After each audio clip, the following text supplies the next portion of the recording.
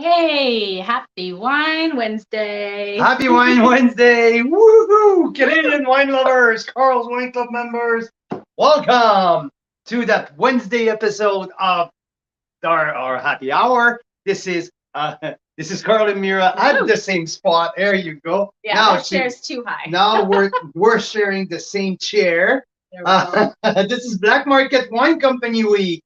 Yeah. This is not my new hairstyle. This is just me coming back from the Naramata bench. It was a little windy up there, and just ran in the house. So Yeah, we were wine touring all day today, all day yesterday with the Niagara folks from Bellaterra, which is so much fun. Marcel Morgenstern, Lou Puglisi, Fred DeProfrio from Bellaterra. Bellaterra. So the Bellaterra crew Hey, on my in last. are in the Okanagan. They arrive on Monday morning, and here we are. We're touring. We're showing them the best and the most fun of the Okanagan Valley. What a day that we had today! Not because we had a lot of stop, because with these guys you can't stop too many places because the conversations are just like turning into some amazing wine conversation. These are we're so privileged to be right there in the middle of that. But I guess booking these appointments, they're not appointments. They're just like introducing people to each other. Like we went to the Silva for lunch. Silva, yes. Again, Chef Abul. Wow, he came they out, have by a the way. restaurant. Did He came out. Ah, that's great. You met How him. would you picture in your head? Is he a big, tall guy? Is he a smaller? How do you picture Chef Abul in your? Medium. He's a small little guy. Yeah. Okay, I saw him walking. I was like, whoa. Sorry. So yeah, lunch at De Silva, and I messaged Richard De Silva, the owner, winemaker, a couple days ago. Say, hey, I'm gonna be with some winery owners and winemaker. So if you're around, it'll be great if you come over, right? Yeah. So yeah, just like when we arrived, Richard came over and we had like an hour and a half conversation. And when you left, we took Fred in the vineyard. So we couldn't leave the Silva because we couldn't find Fred. Fred was in the vineyard with Richard. So and I met Twyla. Oh, that's awesome. Yeah, so she Richard came. De Silva has His wife. Yeah. Yeah. So she came over, and anyway, so it was another 3.5 hour lunch experience at De Silva. Guess what? We opened the bottle of the 2016 Legato Chardonnay again for the third time in 3 weeks. We are spoiled. Absolutely. Yeah. Our guests agreed with me that Chardonnay is one of the top Chardonnay in the country. It was so good. Yeah. Even better the second time, actually. Like I enjoyed it so much. Yeah. So we've had quite a few bottles that we've split with the group because there's 6 of us, right? So at lunch, at dinner, we pick up 1 or 2 bottles at whatever restaurant we're at if they have local stuff. And that bottle of the 2016 Legato Chardonnay disappeared. Oh yeah. In about 5 minutes. Oh yeah. It was gone. Yeah, I'd say it's the only one that happened. And funny enough, because like the Silva are known for their Chenin Blanc, and we had a bottle of Chenin Blanc. I think it took at least a triple the time to drink the Chenin Blanc, and it's not because it's slouch. It's a great wine. It's a fantastic wine, but that Legato was just like disappeared. Wow. But what a lunch! And after that, we Lou Puglisi was named Grape King of Ontario back in 2008, and he knows Sal D'Angelo. So I don't know if you guys know or heard of Sal D'Angelo. He's a legend. He's an absolute beauty. A older Italian guy who's been in Ontario for a long time, moved to BC. He has now 27 acres in BC. It's D'Angelo Winery. Anyhow, long story short, he knows Lou from their old days in Ontario. So the good old buddies, 2 Italian guys, met this afternoon. Oh my God. Is it true that Sal D'Angelo on the Naramata bench is planting some pretty rare varietals? Monte de Bruto. What? Yeah, the only one in Canada. That's pretty so crazy. We saw the little baby vines. They got hurt pretty bad last year. The frost, No, they had a hard time with the heat. Yeah, And the geez. frost as well. They had a bad frost. So anyhow, Yes. we tasted late this afternoon. Sorry, you had to miss that. A Yeah. 7-year in barrel port What? that it's not released yet. There's no labels on the From where? bottle. From where? From South. Oh my Yeah. You went to pull that. That's funny enough because Stephanie D'Angelo runs all the operation at the D'Angelo winery. Instead, Sal walked back in the winery with a bottle with no label, and Stephanie's like, "What is that?" And we all make fun at Sal. He's like, "Oh, who's running the show here?" And so Stephanie's like, "What's that wine? Where's that coming from?" And he said, "Don't worry, honey, it's come from my stash." So 7 years in barrel of 100% Tempranillo port. Oh my gosh. That he's going to release later this year. So yeah, pretty cool. He cracked the bottle open and we tasted that. We had a memorable walk in the vineyard. So he was explaining Lou and Fred and all the crew from Bellaterra, his whole vineyard, and so it was epic. So that was today. Yesterday we had yesterday. Let me show. Let me see. The knife.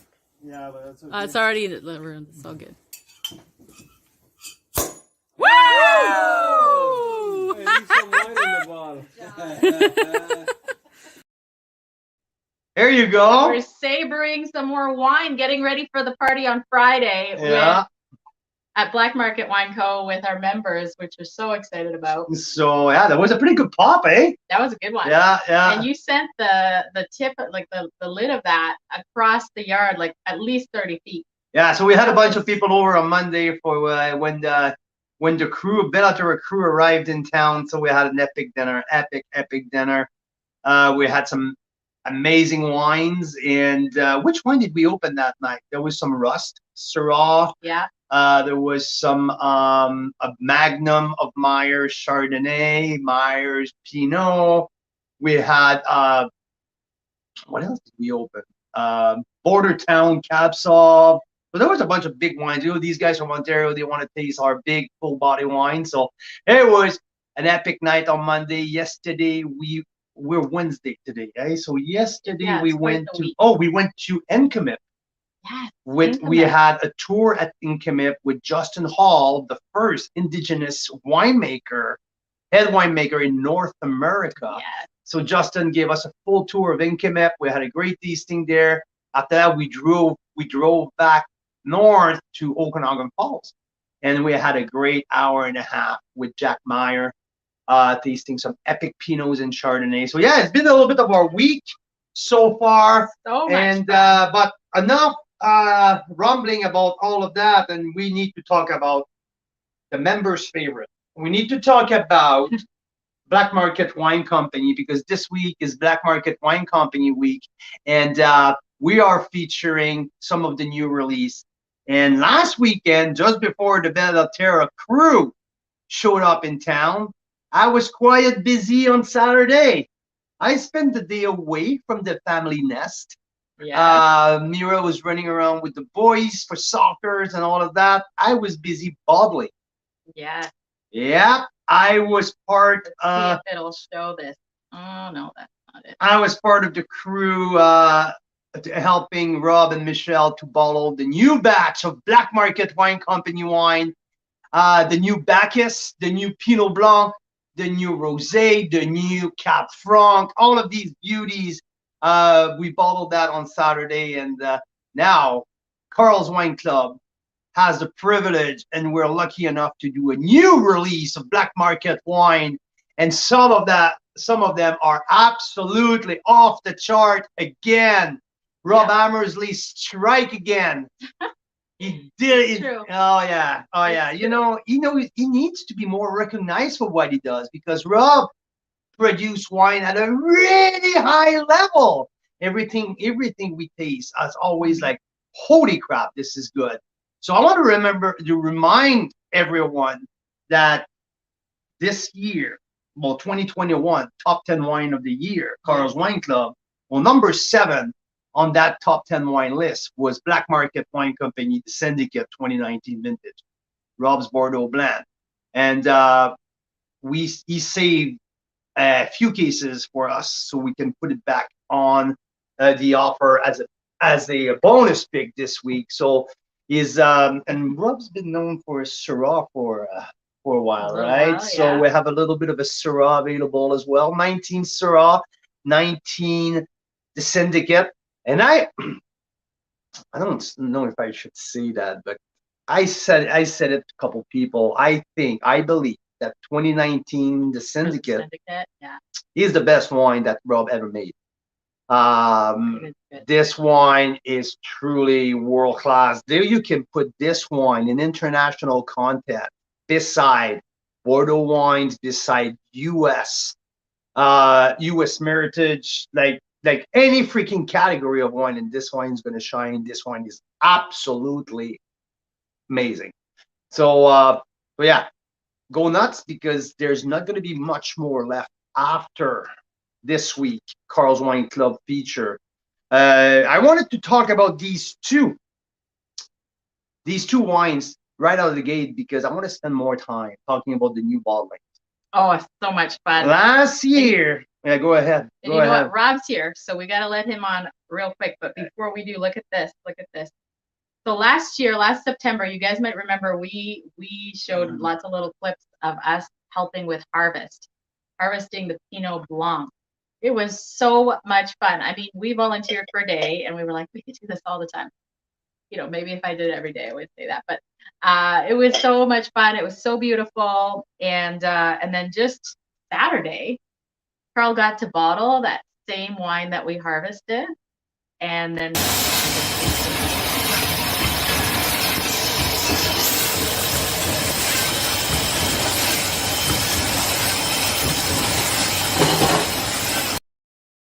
yeah, but you can.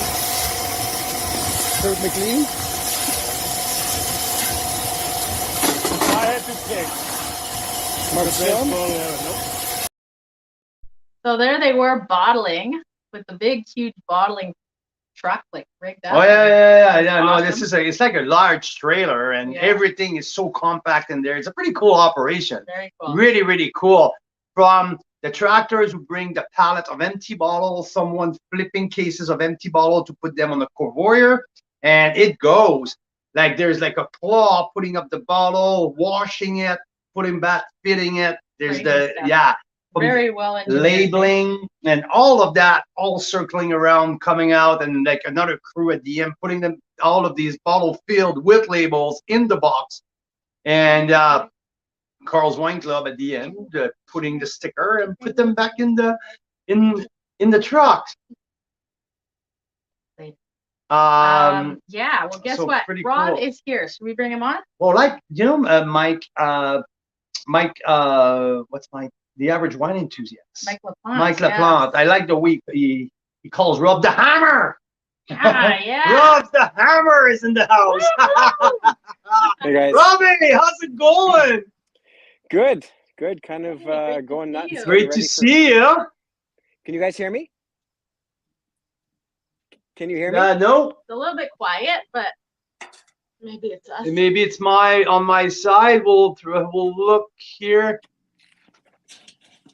How's that? Oh, I think I can hear you a little better here. Yeah. How's that now? Better? Yeah, better. Good. How you doing? Oh, you got a tent Good. there. We got Nice tent. Nice tent behind. Yeah. It looks like you're doing something special in a couple of days. We are. A little vineyard dinner with you guys, I think. Can't wait. Man, I'm stuck with 4 monkeys from Ontario who are so excited to tour around. So I don't have a whole lot of break this week, but you've done a great job. Look at that behind you. Yeah, it looks It looks Can I sharp. switch my camera this way? Yeah. I'll just go like that. Yeah. Oh my that's God, where we're look at setting that. up for the vineyard dinner. Wow. Should be nice. Looks amazing. What a great day today, eh? It was sunny. Yeah, it's beautiful. It's a little. Actually, we're laying the second section of the extension of our patio today, so it's kind of hot for that. I'm not complaining. Don't get me wrong. I am not complaining. But I'm glad it didn't rain on you. Yeah. Yeah, it's saving the rain for Friday, I guess. We'll see. Well, Beer Friday's still a long way away. that's Yeah. true. That's true. Hey, what's in your glass?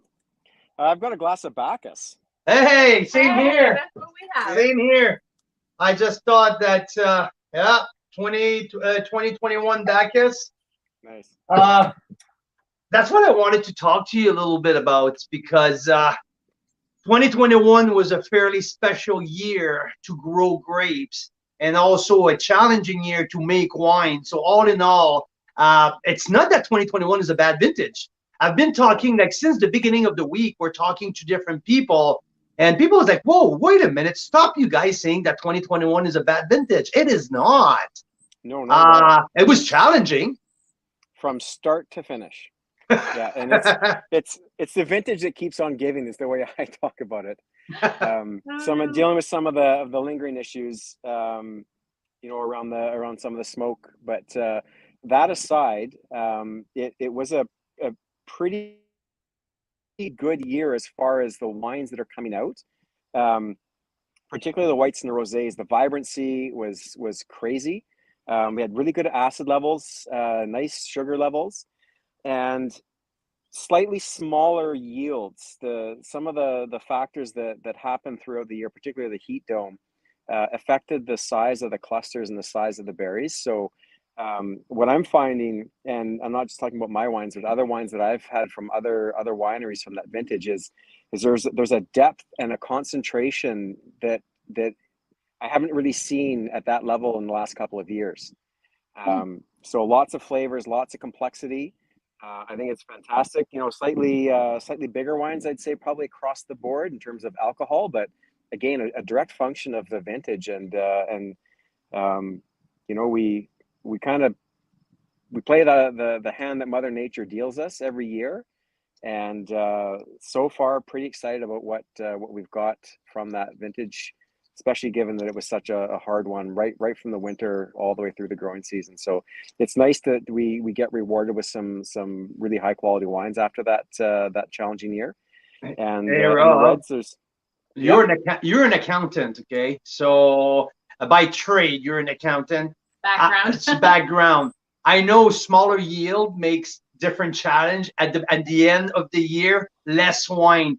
But for us, offering, and you mentioned it, that's really the term that I was looking for. It's density.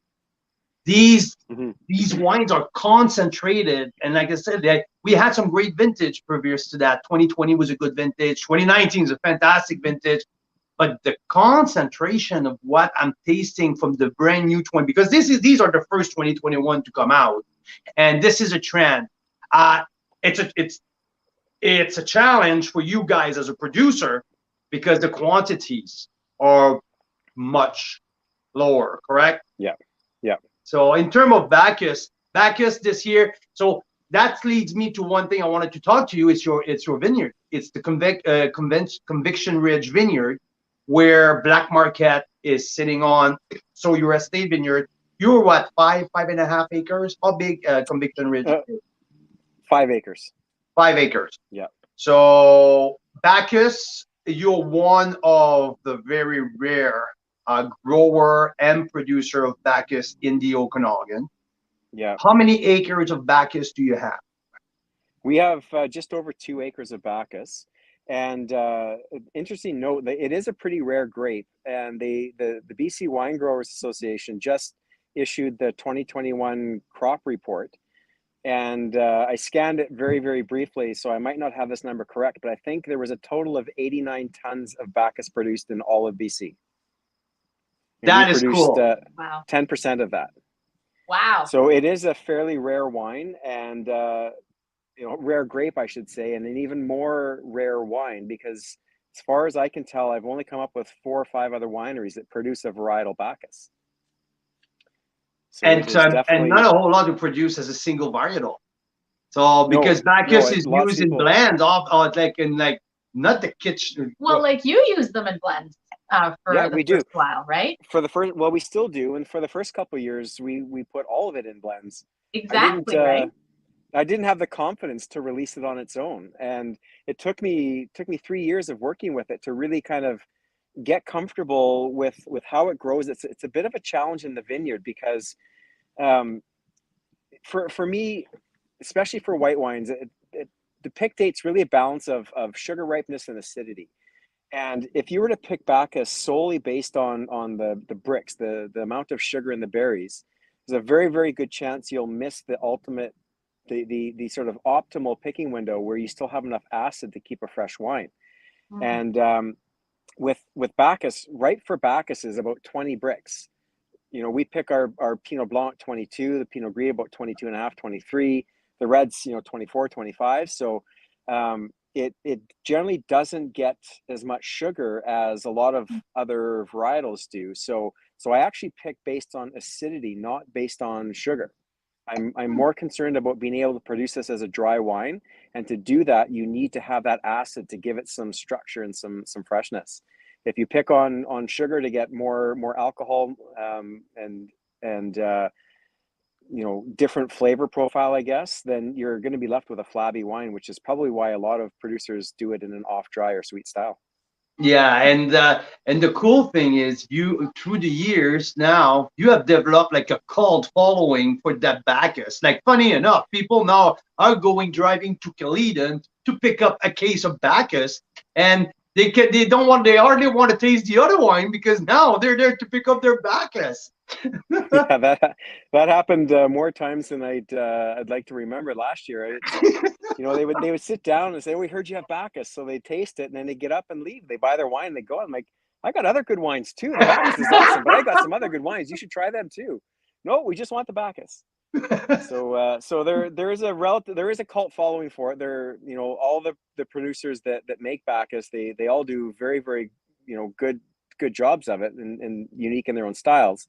But because there isn't a lot, those who know this grape and understand how amazing and rich and complex and powerful these wines are, once you know Bacchus, you're going to seek it out as well. We say on the label, it's the coolest grape you've never heard of.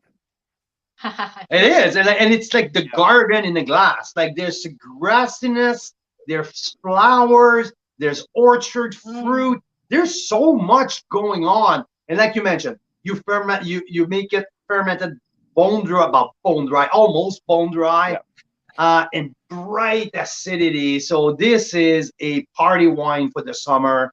I just love how bright it is, and there's a complexity and there's some depth in there. Now, in terms of winemaking, do you use barrels? Do you do because you're a guy who likes to throw your white in barrels to give texture and depth to your wine? I don't think that you need to do that with Bacchus. I don't. I do stainless steel tanks for the Bacchus because I want that freshness and I want that crispness. However, I do still do some lees work in the tank. So one of the benefits of barrel aging is being able to stir the lees. Well, you can do the same thing in a tank.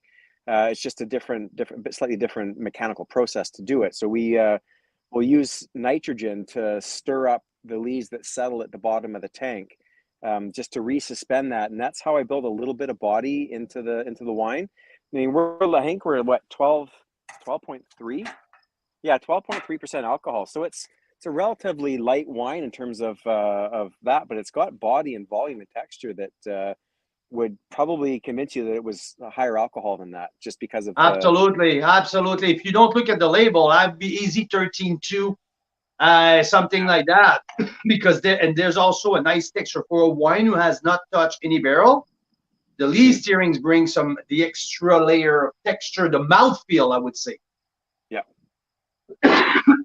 Sorry. Water? No, I'm totally good. I have a very special glass that Carl got me for my water, and this is not being used as a spit. No. That's why I give you this one. You always got to look. Yeah, that's why I give you that one. I knew there was no spit in this one. You gotta be careful. Yeah. So this is I wanted to start with the Bacchus before I move into the trio of Cap Franc, because it's so cool that for moving from the Syrah trilogy that we were doing, and this year we go with the Cap Franc. I geeked out on 2 bottles of Nothing to Declare in the last couple of weeks, and the last bottle that I had absolutely got me through my roots. I would say the acidity, the vibrancy of that wine. The bubbles are at the right place. So that beautiful pet nat. Mira, do you have, because I left the empty bottle down. So do you have the? Oh yeah. There you go. I know that you took that wine to a little wine show in Vancouver a couple, maybe a month ago, and everyone was all over that wine. Yeah, I mean, it's a pretty unique wine. There's not a lot of pet nats made from Cab Franc. And it's fresh, it's crisp, it's clean, it's vibrant. I'd say it's maybe a little more approachable than last year's version. The Syrah was, we had a bit more of the hard press fraction in last year's version. So this is a mixture of hard press and free run juice. There's a bit of a splash of Merlot in there as well. So it's fundamentally a different wine than last year's. And I love it. It's powerfully delicate, if that makes sense. It does, absolutely. Yeah. When you taste the wine, it's absolutely. I love the way you said that. Powerfully delicate. Yeah, isn't it? So freaking refreshing. It's such a summer wine. It's amazing. Yeah. And the splash of Merlot, does it come in the purpose of give it just a tad more color? Because I talked with Justin Hall, winemaker at Inkimip, and he made from the 2021 a rosé of Cab Franc. It came out completely white. He's like, I had absolutely no color. So what he did a splash of Merlot in there just to give him just a little bit of color. Is it what happened to you? Exactly. So typically what we would do is we use the free run juice when we squeeze the grapes for Omerta. All the free run goes into Omerta rosé, and then the hard press gets used for the pet nat. But with this year using Cab Franc, we were well into past 2 hours into the press cycle, and it was still clear juice with no color. So we ended up having to use some of the hard press to get some color into Omerta. Like, we've got it. Actually, if you put it back right next to the bottle, nothing to declare. Yeah, so you see the color difference. Yeah, I know. Normally it'd be reversed, where we'd have a much richer colored pet nat, but we ended up having to use a good chunk of the hard press to get some flavor and some color and some of the elements that we were looking for in Omerta. So I didn't have as much juice left as I would like. So we went and picked another half ton of Merlot from our property here and pressed that into rosé and used all the free run and the hard press from that and blended it into the tank with the Cab Franc. Wow. Yeah.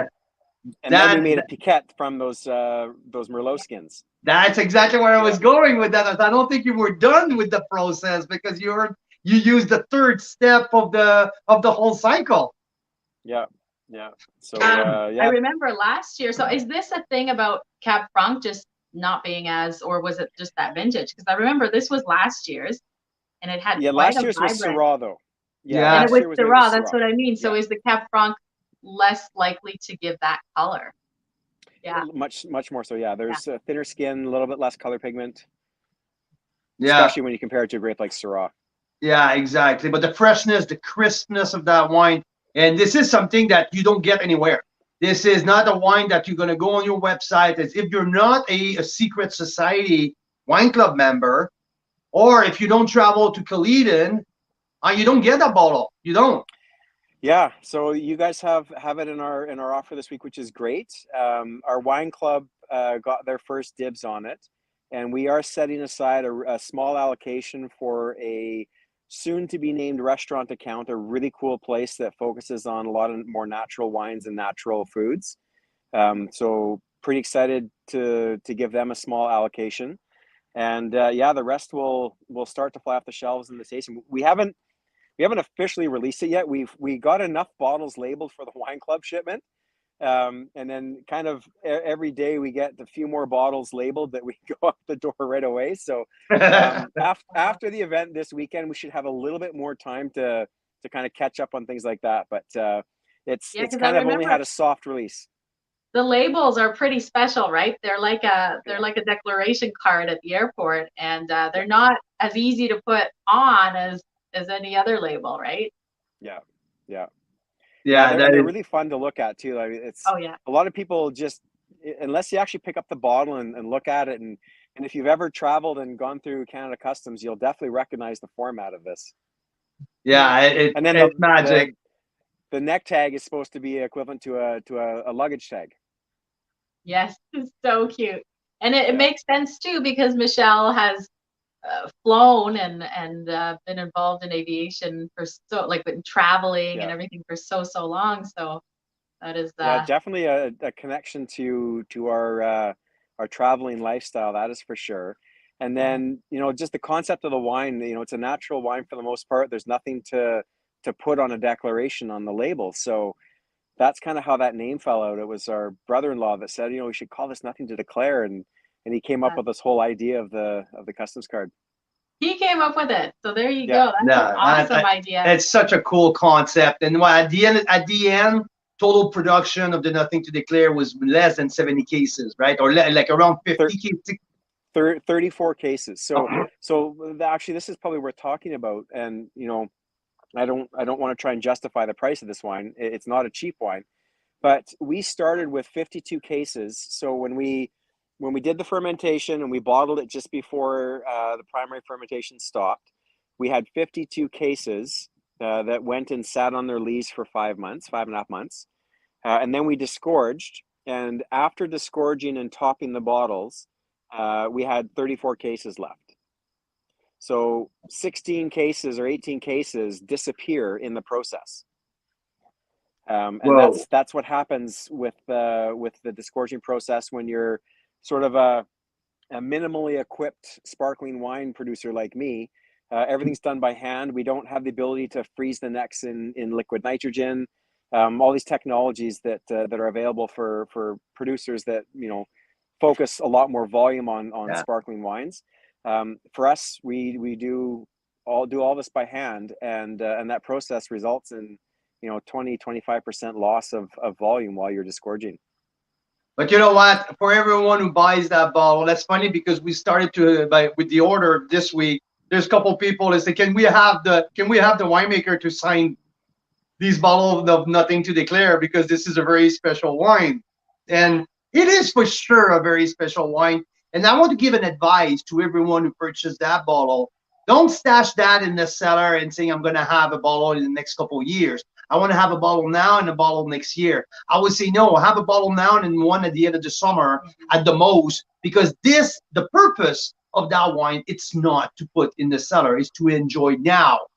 Exactly. Yeah. So with this being a natural style wine, there was no sulfur was used at all during the process of receiving the grapes, processing the grapes, making the wine.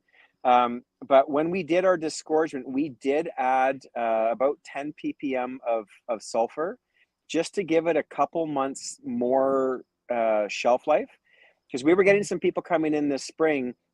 And they would see that we've got Nothing to Declare coming out soon. Like, oh, yeah, we still got that bottle we bought last year. I'm like, you're supposed to drink that last year. This is a natural wine that's got very little protection in it in terms of preventing oxidation and that sort of stuff. So it's really designed for immediate to early consumption. I think it's not going to be bad if you wait a year. It's just going to lose some of that freshness and that vibrancy that it's what makes this particular vintage at least so awesome. So I would say you've probably got you know, safely well into the fall, but if you want to save this till New Year's, that's probably the maximum cutoff. Max.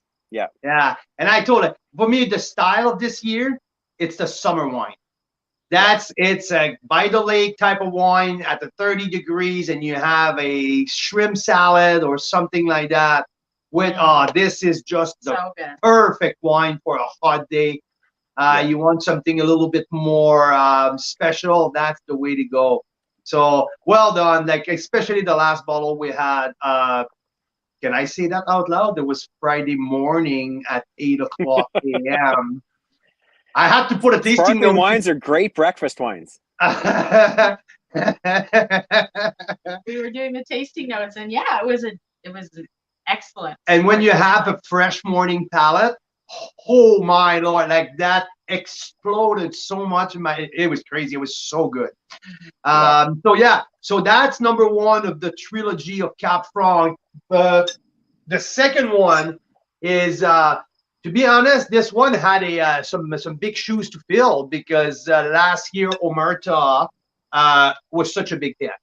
Like everyone from all over the country actually were talking about Omerta Syrah for so long, and this filled these shoes so nicely.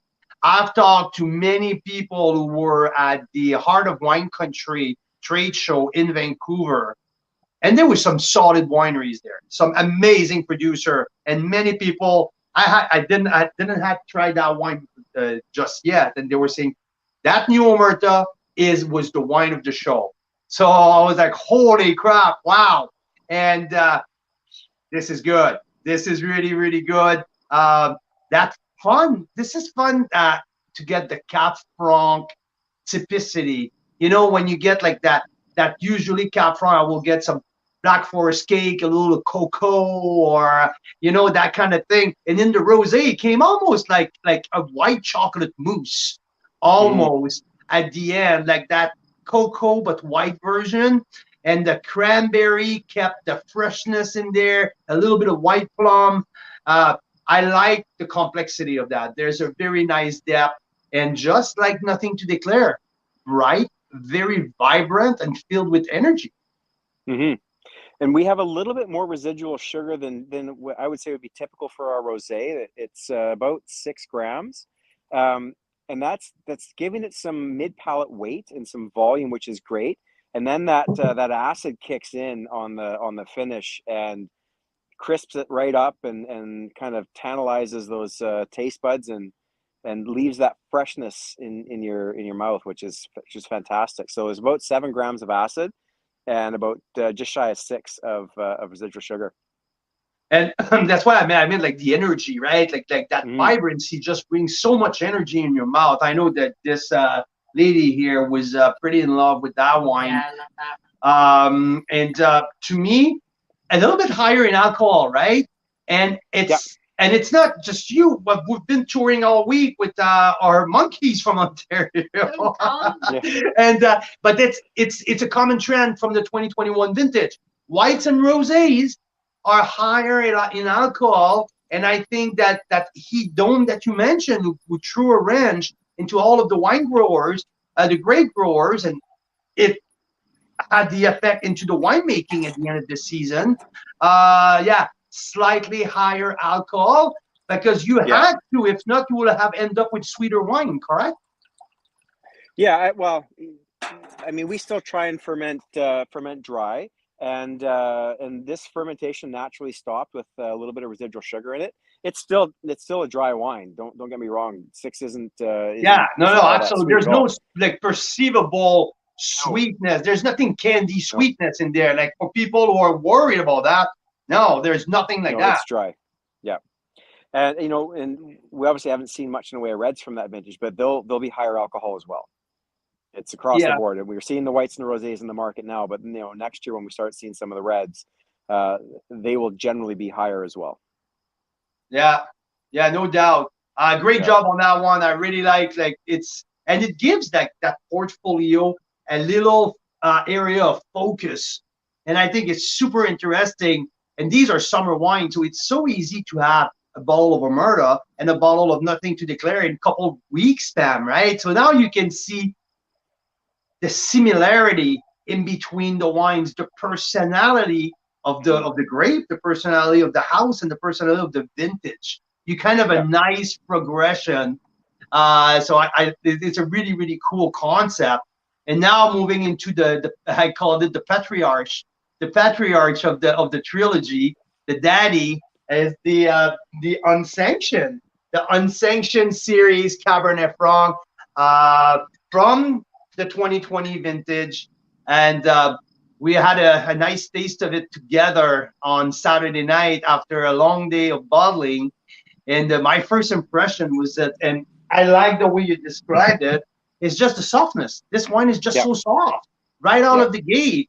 We're using more and more the Vino with the new release lately, because some of wine, they come out a little, not harsher, but a little bit of edgy, right? Like you pop the cork, and this, no need for Vino. There's a softness in that wine. It's really, really cool.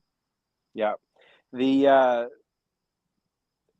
so we didn't produce an unsanctioned Cab Franc in 2019. I don't, like I said, I don't do those wines year in and year out. It just kind of depends. But this year, when I started tasting through the Cab Franc barrels to get my head around how the Secret Society red blend was going to come together, which is, historically got a fairly healthy dose of Cabernet Franc. I just started to fall in love with a couple barrels, and I was like, okay, maybe we'll do a Cab Franc again this year, and because of that, we have some differences in our Secret Society red, because I wanted 3 of these barrels specifically for this wine. So we've only got about, I think it was about 71 cases that we bottled, and yeah, it's beautiful. It's soft. It's sultry. It's got a dark side to it in terms of the flavor, but there's a seductiveness to this wine that is just, it's a sexy wine. Yeah, exactly. It was kind of weird. There was like you and me talking about a sexy wine at the table. We're like, okay, that's awkward here. Okay. Yeah.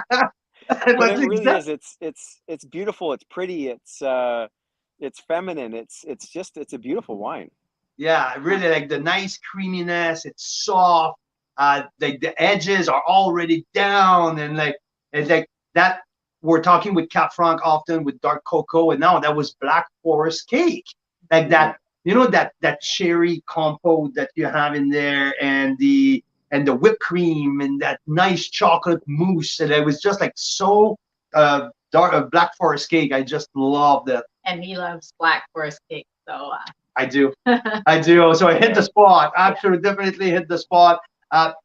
Maybe not a wine that you want to cellar for a decade, but the beauty of that, it doesn't have the structure for long-term aging, and that's kind of by design. We have some other barrels of Cab Franc that have more structure, came from newer oak, that are going to go into syndicate.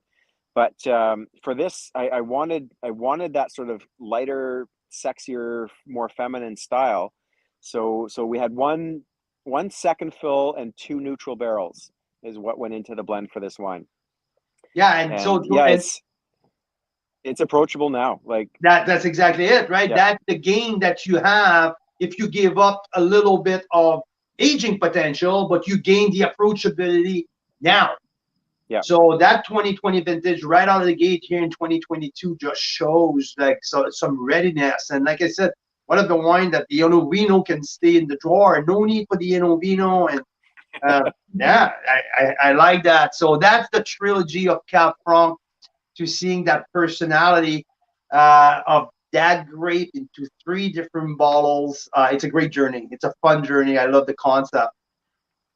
Yeah, it's cool to see how different the same grape can ultimately present itself in a wine. Mm-hmm. I want to talk about one more wine before I let you go. Okay. We were involved with you last fall. I harvested the grape right beside the priest. Yeah. I spent the day chatting, like some fun conversation. Everyone from the neighborhood kind of came over. There was the local priest. There was a couple neighbors. There were some friends. My attendant friend from Michelle. So then we talk about the community. Everyone is hands-on. So it was a really cool experience for us. And we had the chance to bottle that together on Saturday. So from harvest to bottling, I felt so excited to taste that wine. And this wine, this is the 2021 Pinot Blanc. You're becoming because there's not a ton of producer in the south of the Okanagan who does barrel ferment Pinot Blanc. And there's a couple of others and you're right at the top in that kind of production. And these are small production, but so good for people who like Pinot Blanc. This one has a striking acidity. What a beautiful brightness in that wine. Yeah, absolutely. We only get a little over 1 ton off of our half-acre block, so we're getting about 2 tons an acre would be the equivalent, which is a lot less than I think we'll get a little bit more in the coming years. But they're still relatively young vines. but the key for me is the acidity. We end up with a little bit more acid based on when we pick. But because it's barrel fermented and aged for, in this case, we had, I guess, about close to 8 months of barrel time, with lots of lees stirring, the higher levels of acid don't scare me. I like to pick a little bit earlier so that you get that freshness, you get that slightly more vibrant fruit profile, and then I use the barrels to manage the structure, so that when it comes out of barrel, it's got, you know, still got that crisp acidity, but it's not biting, it's not electric, it's kind of you know, a little bit round and smooth on the edges. Mouthfeel. It's about the mouthfeel. Yeah. So you got the bright acidity, who makes it a great summer wine, but you also get a mouthfeel where it makes it such a beautiful table wine as well. So you can bring Yeah. that on the table with many different kind of dish, and I like that with the barbecue. Yeah. So grilled fish on the barbecue or something like that. So this is very versatile. Yeah. With my style, I just want to try and showcase what this grape is really capable of. You know, he showed a little bit of love, and it's capable of you know, richness and complexity and depth and you know, freshness and all those great things that you look for in a wine. I would say that my Pinot Blanc probably tends a little bit more stylistically towards a Chardonnay than it would be to many of the other Pinot Blanc you would find in the valley, and Yeah. that's simply a function of how I make it. And you know, and I'm trying to get that textural experience, and for me, the best way to do that is in a barrel. Yeah. Because, Also, I just want to say that when I do my whites in the barrel, particularly the Pinot Blanc, the flavor and the aroma that comes from the oak is always secondary. It's all about getting that texture in that body. So I use older barrels whenever I can. It's inevitable you'll get a little bit of that sort of toasty note from it, but for me, that's the secondary goal. It's not about building a big buttery style of wine that's got, you know, tons and tons of toast on it. It's really about getting the texture that I'm looking for, and you know, a little bit of that sort of vanilla, sort of toasty on the sides, a nice bonus. yeah, the toasty spice, and I think that's what brings the length to it. Like at the end, there's something can linger for a very long time. So I like the length, I like the brightness, but I like the mouthfeel. So a complete wine, it can offer so many different approach, I would say. So I think Mira is working on something here. Yeah, so I went to Google. I said, when did we harvest this wine? I thought it was the end of September, right? And I don't know if Google's just confused or what, but it was actually October 1st, according to this. And so you can add that to your technical sheet, on your technical sheet now, October 1st, harvest date. But what's funny is at first I was like Googling Caledon, you know, nothing came up for that. I Googled, you know, black market, nothing. And then I Googled harvest, and it came right up first thing. Oh, so cool. That's kind of cool that Google knew these videos. So I'll show you guys. So my hands are. This is what happens after you spend several hours picking grapes, okay? All right, so my hands are so sticky. Like, Why? You can hear them here Oh yeah. Oh yeah. because of the must from the grapes as you're picking them. It gets. Did you squish the grapes? No. Okay. Just joking. Might have eaten a few. Sticky fingers.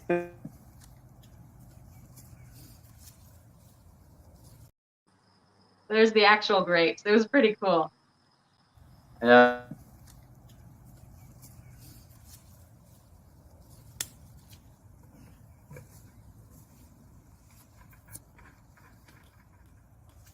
Good. Delicious. The sweetness. It's amazing. That little crunchy acidity. 2021, great vintage. Yeah. Busted. Can you guys hear me? I didn't want it. I wouldn't want her to show you that I was eating the grapes. I can't hear you guys. Oh. That's weird. Okay. Oh, unmute here? No. No? I don't know. Is this better? Can you hear? No? No? Oh, no. We lost our volume. Okay. Well, that's Can you hear me? Yeah. Uh-huh. Yeah, no, Yeah. I can see your lips moving, but I can't hear you. Okay. Okay. Oh, no. Anyone else on the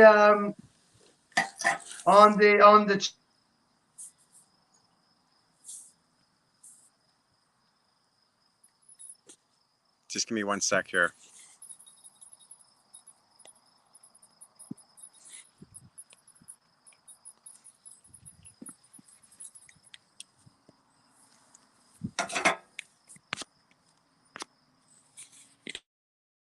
Take the AirPods off.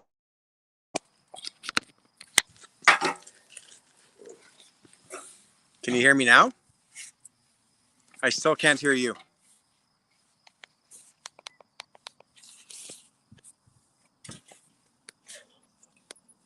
No.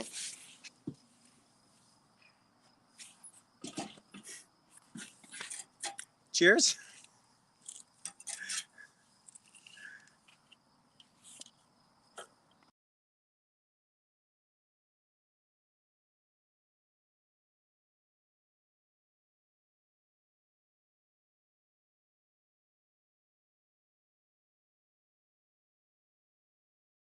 Oh, that's a serious. And now, how do you guys? Can you guys hear us?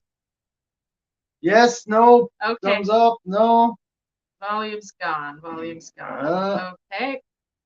Well, this is a weird one because How about that now? good. Yeah. Yeah, maybe. Good. So Yannick can hear us. Okay, Yannick, are you at our house? Are you in the base? Are you just right in? No, we're back for Ontario too. Okay. Sorry about that. We're back. That we're was back. an internet gnome that was eating at the volume or something. Who knows? Yeah, there you go.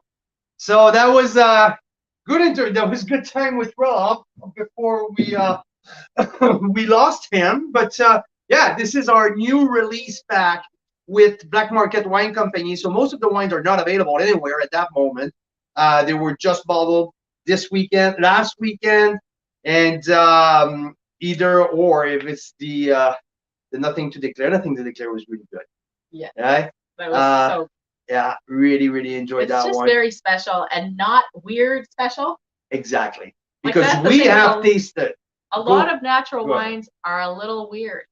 We So had you that have to be conversation careful. today. Yeah. We did. Yeah. Some of them are out of this world good. Like you get a texture and creaminess and Oh, and like the length and the depth and like the but some can be a little weird. intricacy. Can I say that? Like something that Yeah. was like really like interesting. You know, it's You not. can tell it's real. You can tell it's Yeah. super organic. It's kind of like, But you know, some are just like, whoa, too weird. And we went down that path where it's some wine that, you know, like sometimes people will say, oh, Carl, why you always feature some really highly rated wines? But we select the wines before going into an offer, so we have the chance to discard some of the wine that. yeah, we won't be talking about it unless we think it's really good. So we pick and choose, right? So Yeah, a that's lot. why it's often it ends up like we have like all highly rated wine, like exactly like this here. But Rob only makes great wines, I guess. And we haven't found any bad ones. But anyway, Knock on wood. we went down that path with some natural wine that we're like, I can't say it, I couldn't say it's a bad wine, but so weird that it was not that much enjoyable. Let's put it that way. Yeah. So And we're the type of wine drinkers and food eaters that, you know, we can get over, like I can get over now if a wine is a little cloudy looking. oh yeah, oh, I like that. And I kind of learned to like it, right? But there's certain things where you're like, okay, that taste or that smell is just too funky or whatever. Yeah, right? So, yeah, it's beyond my level of adventurous. exactly. You And know? what's cool with this Nothing to Declare is it is natural, but it's also freaking delicious. Like And you it's- put that side by side with like 10 other sparklings that are amazing and It's I love it. normal. It's like, you know, like it's not like better than normal. yeah. No, I mean like what I mean by normal, and I mean like delicious, but Mhm. like no weird flavors. No, it's not. No. Yeah, exactly. So yeah, so Nothing to Declare is one of my rock star in that bag, that's for sure, and that can be found anywhere. So that's Very another pretty special. cool thing. Yeah. Um, And then here's the last thing we should talk about is probably what time is it? we never mentioned because Holy it's 6:03. Boy, it's already 6. Hey, So we didn't mention this, but I mean, the reason we're throwing the party is because members voted Bellaterra in Ontario, but Black Market, what we're talking about this week, voted them #1 in BC right, Members' Choice Winery of the Year, right? for out of like the 48 or 50 wineries we discovered as a club last year. So Yeah, that's coming from.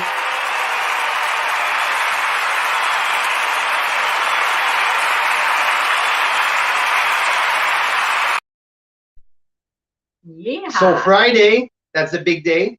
That's why for people who watched the beginning of that show, Rob at the vineyard had the tent behind him. But yeah, the setup is going on right now. The setup is happening. We're having that pig roast getting ready. The pig is marinating. Marinating, yes. And he's bringing out magnums for those of you that are coming and could join us for the vertical tasting before. We're going to do a 5 years of syndicate from the first one ever produced all the way to my #1 of Rob's wine. So #7 wine of the year last year. So 2019, who is part of that pack still. Yes, So yes, it's still available. yeah, so we're going to do 2014, 15, 16, 17, no, 15, 16, 17, 18, and 19. All side by side, guided tasting, led by Rob himself. So it's going to be a unique experience. Yeah, Nick, I think you're going to be there for that, and it's going to be epic. After the vertical tasting, we're going to go for a walk in the vineyard where Michelle, Rob, they're gonna talk about every little single detail that what you guys want to know about vineyard management, about the Conviction Ridge vineyard in Caledon, what makes that place special. So that's gonna be a unique experience. I'm really thrilled for that. 6 o'clock arrival for the guests. Yes. And you'll see lots of people that want to will be able to do what Carl was doing in this little video. Where is it? This is my favorite thing now, you guys. Yeah, you ruined the knife. Yeah, but that's okay. It's already ruined. It's all good. Woo! Right? That's my new favorite thing. Yeah, it's cool. I love it. That's cool. We're gonna have a sabering station. So people who want to saber bottles, it's gonna be doable. So yeah, it's exciting. Yeah, super fun. So that's Friday. Tomorrow, what we're doing tomorrow?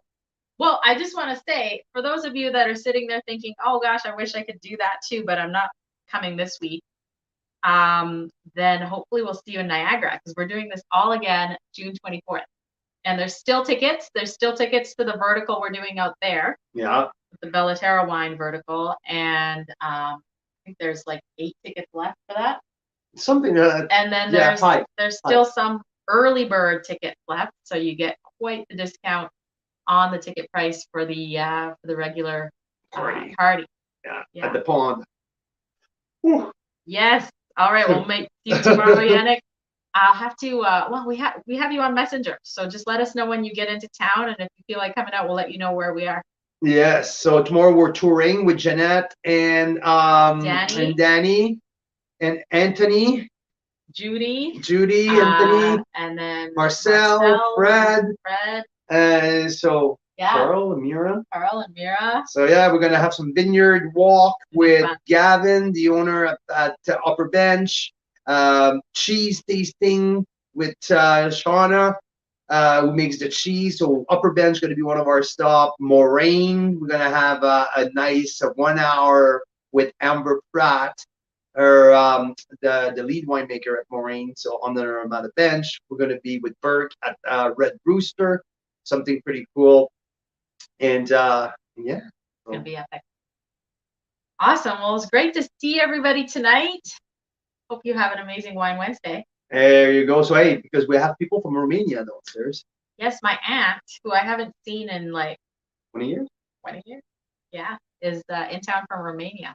So So yeah, the in-laws are in town. So yeah, thanks for tuning in. It is Black Market Wine Company Week. We have an outstanding and very exclusive pack with rare stuff. It's not available anywhere. That the Cap Franc Trio, so the unsanctioned Cap Franc, the Nothing to Declare Pet Nat, Omerta Rosé Cap Franc, and we have the Estate pack, the Estate Trio as well with the Bacchus, the Merlot, and the brand new harvested by Mira, bottling by Carl, Pinot Blanc of Black Market, and obviously my favorite wine, the Syndicate, and many of you's favorite, the 2019 Syrah, are available as bonus bottles. So get on it. Some rare wine from Black Market Company available this week across the country. Yeah. So great to see y'all. Have a great night. Canadian Cheers. wine lovers, Carl's Wine Club members, you'll see us live tomorrow at some point, popping up during our tour. I'm pretty sure. Yeah, sometimes we get very excited when we're at a winery. I wanted to go live today because let me show you this. This is what happened as we got to De Silva. This helicopter lands.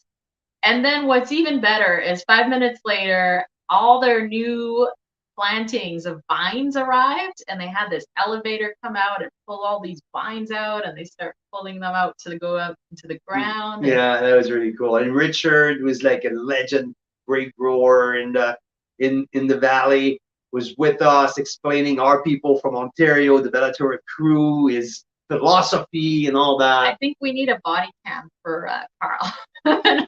I can clip his day into little snippets, and I think it would be pretty fun to watch. You think? I think so. You think? You're like a kid in a candy shop. Vicky said you look tired, and John said, no, you just look like a kid on Christmas Eve. There you go. Yeah, exactly. I had a high of emotion the last couple of days, cool. and now I may need a rest. But hey, guess what? We're exciting. We have some good time coming up in the next couple of days with the members reunion party here in BC. So Black Market Wine Company, Canadian wine lovers, Carl's Wine Club members. Cheers. Woo!